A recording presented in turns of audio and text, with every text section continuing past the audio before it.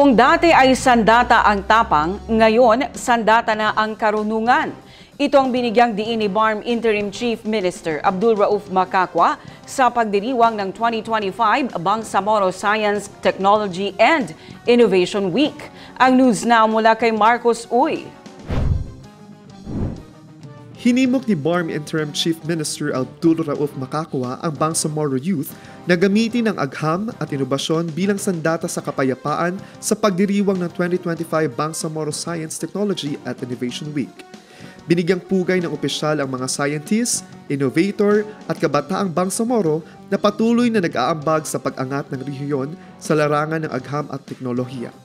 Sa kanyang talumpati, binigyang diin ni Macacua ang makabuluhang pagbabago ng Bangsamoro mula sa panahong pinairal ng pakikibaka tungo sa panahon ng kaalaman at pag-unlad.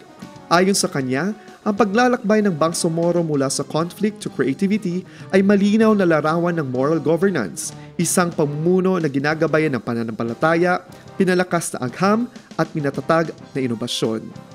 Marcos Uy, iMinds Philippines.